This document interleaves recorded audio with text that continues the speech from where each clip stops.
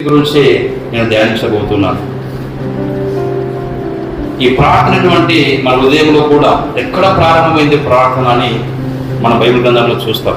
చదవండి, ఆదికాండము 4వ అధ్యాయము పెరుగుదము 4వ అధ్యాయము 26వ వచనం. మరియు సేతునకు కూడా కుమారుడు పుట్టెను, అతనికి ఎనోషు అని పేరు పెట్టెను. అప్పుడు యెహోవా నామమున ప్రార్థన చేయుట ఆరంభమయ్యను.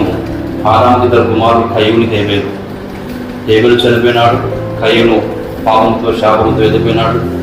మరొకసారి ఆదాము కూడినప్పుడు మరొక కుమారుని పేరు సేతు. సేతు కుమారుని పేరు ఎనోషు. అంటే ఎన్నో సంవత్సరాలు గడిచిపోయినాయి. ఆదాముకు 930 సంవత్సరాలు గడిచిపోయినవి, మన సేతుకు 902 సంవత్సరాలు గతించిపోయినవి. అలాగే ఎనోషు అనేటువంటి వ్యక్తి 905 సంవత్సరాల బ్రతికి యెహోవా నామమున ప్రార్థన చేయుట ఆరంభమైంది కదా. ఎన్నో సంవత్సరాలు దేవుడు అనుగ్రహించినటువంటి దినాలు ఎన్నో సంవత్సరాలు గతించిపోయినాయి. కానీ ఎక్కడ ప్రారంభమైంది? ఎనోషు దగ్గర ప్రార్థన ప్రారంభమైంది కదా. మన జీవితాల్లో కూడా ప్రార్థన అనేటువంటి ప్రారంభము మనకి ఇప్పుడు కలిగించాడు దేవుడు కదా. తీసుకొచ్చినప్పుడు ప్రార్థనతోనే మనము బయలుదేరి వచ్చింటాం. ఎక్కడైనా వెళ్ళినప్పుడు కానీ ఎక్కడైనా ఏదైనా సరే మనం ప్రార్థన చేసుకొని ప్రారంభం చేస్తాం. అందుకోసమే ఎనోషు కూడా యెహోవాకు ప్రార్థన చేయుట ఆరంభమైంది. అక్కడ ఎన్నో సంవత్సరాలు గతించిపోయింది కదా, 1000 సంవత్సరాలు గతించిపోయింది. చదవని లేఖన భాగంలో సమూయేలు మొదటి గ్రంథము 1వ అధ్యాయము 10 నుంచి 15 వచనాల వరకు మనం చదవగా విని ఉన్నాం. కాబట్టి మీకు కనిపిస్తుంది, మీకు స్టోరీ తెలుసు. ఎలాగో 2 భార్యలు, అన్న పెళ్ళిన అని కదా. అన్న నాకు పిల్లలు లేకపోయినారు, నేను నాకు పిల్లలు కలిగింటారు. వాళ్ళు ప్రతి ఏటా శిలోహన్ మందిరానికి వస్తూ వెళ్ళిపోతున్నటువంటి వారు. కానీ అన్నకు ఒక మనసులో ఒక వేదన పుట్టింది. తన పెళ్ళిళ్ళను చూసి, తన దాసరాలను చూసి మనసులో దుఃఖపడుతూ శిలోహన్ మందిరంలో చదువున ఒక మాట 10వ వచనం, బహు దుఃఖ క్రాంతులై వచ్చి యెహోవా సన్నిధిని ప్రార్థన చేయుచు బహుగా ఏడ్చుచు సైన్యములకు అధిపతియగు యెహోవా, నీ సేవలు నాకు కలిగిన శ్రమను చూచి నీ సేవలను నన్ను మరొక జ్ఞాపకం చేసుకొని నీ సేవకులను నాకు మగపిల్లను దయచేసినడలా వాని తల మీద క్షౌరపు కథ ఎన్నటికీ రానియక వాడు బ్రతికి దినంటే నేను వాడిని యెహోవా నాకు నీకు అప్పగించునని మొక్కుబడి చేసుకొనెను. ఆమె యెహోవా సన్నిధిని ప్రార్థన చేయుచుండగా ఏలీ అన్న నోరు కనిపెట్టుచుండెను. ఇంత శ్రమతో వేదనతో ప్రార్థన చేస్తుంది అన్న.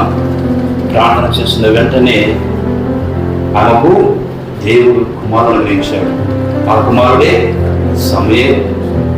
ఆ సమూయేలు ఇశ్రాయేలు జనాంగానికి యాజకుడుగా, ప్రవక్తగా, న్యాయాధిపతిగా ఉన్నాడు. అందుకోసమే ప్రార్థన మనం ఎప్పుడు మరవకూడదు.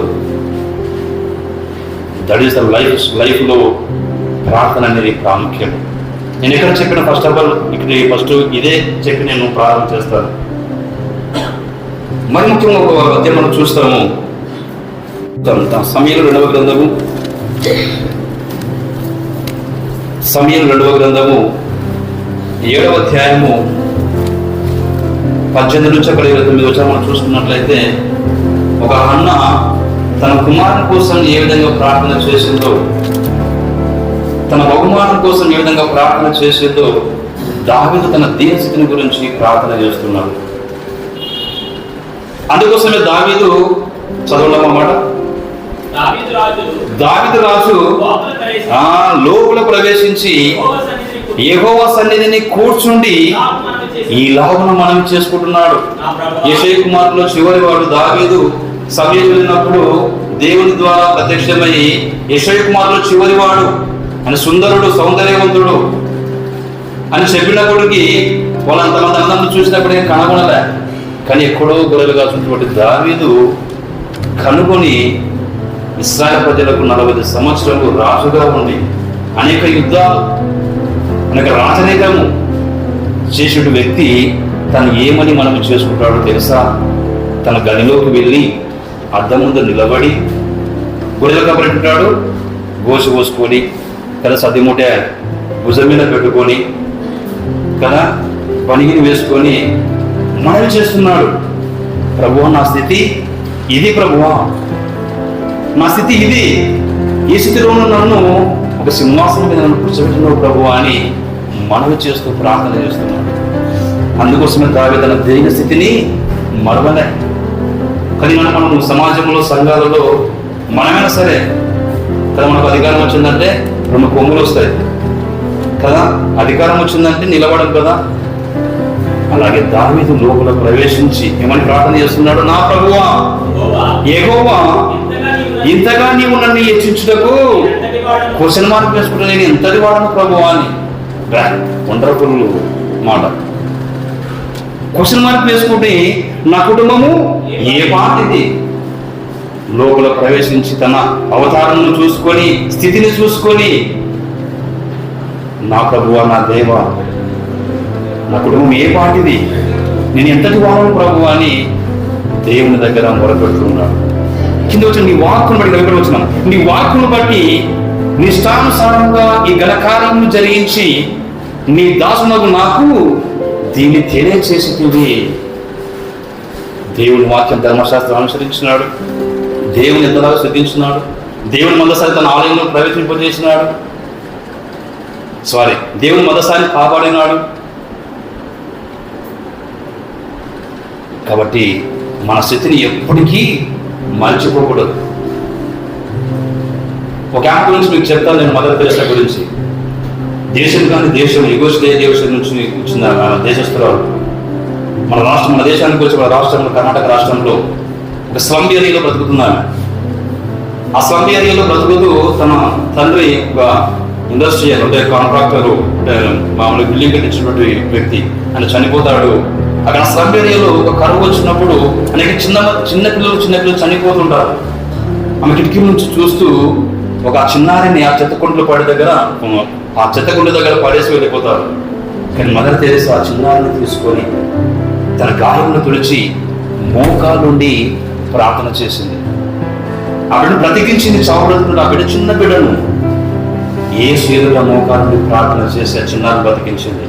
మన దేశంలో ఈనాడు ఎవరికి అవార్డు, భారతరత్న అవార్డు వచ్చింది. ఆమె చేసిన సేవలు మన భారత స్వతంత్రం తెచ్చిన గాంధీజీగా రాదు భారతరత్న, కానీ ఆమెకు వచ్చింది మదర్ తెరెసా కేవలం ప్రార్థన వలన.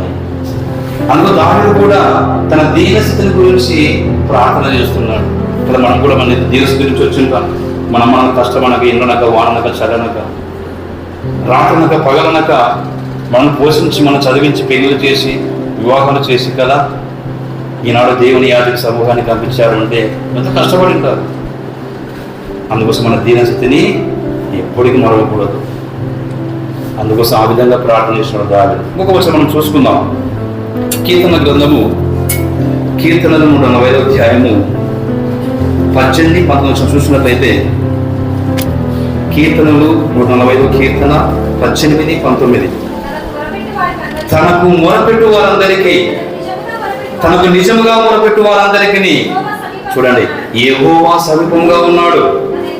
తన యందు భయభక్తులు గల వారి కోరిక ఆయన నెరవేర్చును, వారి మూల ఆలకించి వారిని రక్షించును. కదా, దేవుని ఎదుట మనం ప్రార్థన చేసినప్పుడు మన ప్రార్థన ఆలకించినాడా? ఒకసారి మన దేవుని పరిశీలన చేసుకోవాలి. ప్రభుని ప్రార్థన చేసావని, ఇది కార్యం చేసావని సాక్ష్యం చెప్పేవారుగా ఉండాలి. మా యొక్క గ్రామంలో నా యొక్క బెస్ట్ ఫ్రెండ్స్ దేవుడు అనేక కార్యాలు చేసినాడు. నా క్లాస్మేట్లు వివాహమే 7 సంవత్సరాలు అయింది. ఒక అన్యులు వాళ్ళు, దేవుని ఎరిగిన ఇటువంటి వారు అందరూ ఈహరణ చేస్తున్నారు. నేను విజయశేఖర్ రాలే. నా యొక్క డివోషన్ ఖచ్చితంగా బైబిల్ ప్రార్థన నేను 10 దినం నేను చేసుకుంటుండే వాడిని. మా ఫ్రెండ్కి చెప్పిన, అమర్ మీ ఇంట్లోకి వచ్చి నేను ప్రార్థన చేస్తాను. వెంటనే ఆ అబ్బాయి ఇంకొని ఆహ్వానించున్నాడు. ఆహ్వానించి వాళ్ళు సిద్ధపడి, స్నానం చేసి సిద్ధపడి కూర్చున్నారు. కూర్చుని వాళ్ళ దగ్గర వాక్యం చదివి ప్రార్థన చేసిన మోకాళ్ళ వాళ్ళు కూడా ప్రార్థన ఏకీభవించున్నారు. వారి ప్రార్థన ఆలకించినాడు, నేను చేసిన దేవుడు నా నా ప్రార్థన ఆలకించి చక్కని మగబిడ్డను అనుగ్రహించినాడు. ఈ మిరాకిల్. ఇంకొక సంఘటన, ఇద్దరు స్కూల్ ఏర్పాటు చేస్తున్నారు, వికాస్ స్కూల్ అని ఒక గ్రామంలో. వాళ్ళు కూడా అన్నులే, వాళ్ళు కూడా సుమారు మ్యారేజ్ సుమారు 15 సంవత్సరాలు అయింది. వాళ్ళు కూడా 40+. నేను స్కూల్ చేర్పిస్తున్నా, ఆ స్కూల్లో పిల్లలు బాగా చదువుకోవాలని వాళ్ళని ఆ స్కూల్లో చేర్పిస్తున్నప్పుడు వాళ్ళ సమస్యలు చూసుకొని, సార్ నేను ప్రార్థన చేస్తాను సార్ అని చెప్తున్నా. రెండు సన్మానం చేయండి. వాళ్ళు కూడా ఏకీభవించినారు. దేవునికి యేసుక్రీస్తుకు తల వంచుతున్నారు వాళ్ళు. కానీ వాళ్ళు చేసిన ప్రార్థన వెంటనే వాళ్ళు ఫోన్ చేసి, సొలొమోన్ నాకు 2 కవల పిల్లలు అమ్మాయిలు పుట్టారని ఫోన్ చేసినారు. మనలో నిష్కపటమైన ప్రార్థనలు చేస్తే దేవుడు కార్యాలు చేస్తాడు. ఒక చూడడానికి మనం క్యాసు చేసుకొని ప్రభువా మీ కుటుంబాన్ని దీవించును కాదు, ఆశీర్వదించును కాదని చేస్తామే, కానీ మనం చేసే ప్రార్థన వాళ్ళ కార్యంలో జరిగిందా లేదని మనం పరిశీలన చేసుకోవాలి. అందుకోసమే తన యందు భయభక్తులు గల వారి కోరిక ఆయన నెరవేర్చును, వారి మొర ఆలకించి వారిని రక్షించును. దేవుని యొక్క ఎప్పుడైతే మనం దేవుని యందు మొరపెట్టు వాళ్ళందరికీ, తనకు నిజంగా మొరపెట్టు వాళ్ళందరికీ యెహోవా సమీపంగా ఉన్నాడు. మరి ఈనాడు నీ మధ్య నా మధ్య మనం చేస్తున్న ప్రార్థనలో యెహోవా సమీపంగా ఉన్నాడా? ఒకసారి మనం హృదయం పరిశీలన చేసుకోవాలి. యాజక సమూహంలో ఉంటున్న మనము ప్రతిరోజు కనీసం 1 గంట, హాఫ్ అవర్ అయినా మనము ప్రార్థనకి పిలిచాలి. ఏసీఎస్ కళాశాలలో ఇక్కడ ట్రైనింగ్ చేయాలంటే ఇంతకుముందు 10-20 కింద 30 కింద వాళ్ళ ఎగ్జామ్ ఏం లేవు. జస్ట్ వాళ్ళకి ఏం చేసే ఒక టెస్ట్, ఒక ఇంటర్వ్యూలో వాళ్ళు ఏం చేసారో తెలుసా? ఒక సత్యమైన తెలుసా? వాళ్ళ ఇంటర్వ్యూకి లోపలికి పిలిచి ఈ 2 మోకాలు పైకెత్తి మోకాలు చూసేవాళ్ళు. ఆ మోకాలు నల్ల ఉండాలి లేవా అని పరిశీలించి ట్రైనింగ్ ఈ విధంగా శీలించేవాళ్ళు. కానీ ఇక్కడ లేదు కదా. ఏం రాసినా, ఏం పాస్ అయినా, ఫెయిల్ అయినా, కనీసం ప్రార్థన చేయకుండా కూడా ఇక్కడ మనకు దేవుడు అవకాశం ఇస్తున్నాడు. అటువంటి సన్నివేశాలు చెప్పినారు, తెలుసుకున్నాం, చూసినాం. అందుకు మోకాల అనుభవం మనకు ప్రార్థన ఉండాలి. ఒక విషయం నేను చెప్తాను. అదే మన సామెతలు రాసిన గ్రంథము, సామెతల గ్రంథము 15వ అధ్యాయము 8వ వచనం చూసుకున్నట్లయితే, భక్తిహీనులకు యెహోవా దూరస్తుడు, నీతిమంతుల ప్రార్థన ఆయన అంగీకరించును. భక్తిహీనులు అంటే ఎవరు? భక్తి కాలం నుండి హీనంగా ప్రవర్తించే వారిని భక్తిహీనులు అంటారు. కపటము చూపి కదా, కపటము కదా, నిష్కపటము అంటాం. కపటము చూపి కదా వారు ఏవో చేస్తుంటారు. అందుకు ఇక్కడ ఏమంటాడు? భక్తిహీనులకు యెహోవా దూరస్తుడు, నీతిమంతుల ప్రార్థన ఆయన అంగీకరించును. మనం నీతిగా ఉంటున్నామా? నీతిగా ప్రార్థన చేస్తున్నామా? ఒక మాట చెప్పి నేను ముగిస్తాను. పరిశుద్ధుడు యోహాను రాసిన సువార్త 17వ అధ్యాయము 20వ వచనం. యేసుక్రీస్తు ఈ అధ్యాయమంతా చివరి ప్రార్థన. మరియు నీవు నన్ను పంపితివని లోకము నమ్మునట్లు తండ్రి నా యందు నీవును నీ యందు నేను ఉన్నలాగున వారు మన యందు ఏకమై ఉండవలనని వారి కొరకు మాత్రం నేను ప్రార్థించలేదు. వారి వాక్యం వలన నా యందు విశ్వాసం వారందరూ వారి కొరకు ప్రార్థన చేస్తున్నాడు. యేసుక్రీస్తు చివరి ప్రార్థన రూమ్లోకి వెళ్ళి చదవండి, డీప్గా చదవాలి.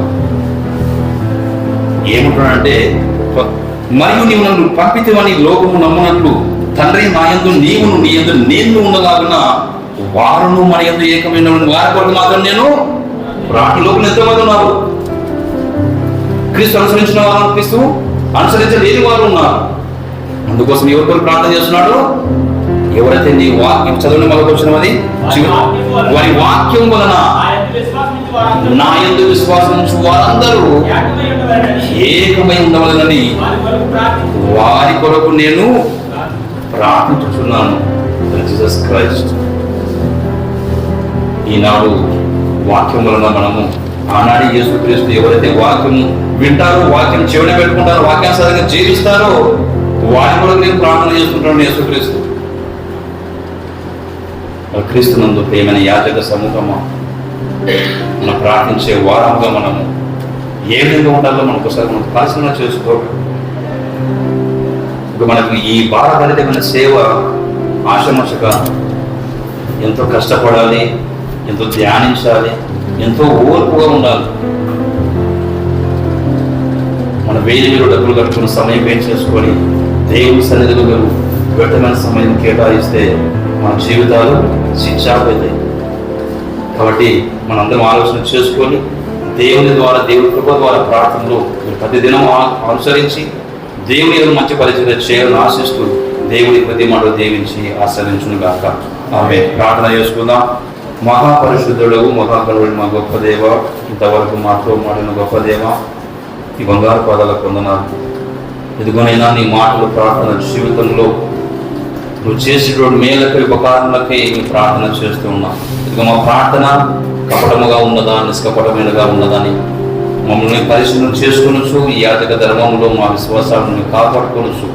ముందుకు సాగడానికి చూపించమని యేసు నామమున ఈ ప్రార్థన పరమ తండ్రి. ఆమేన్.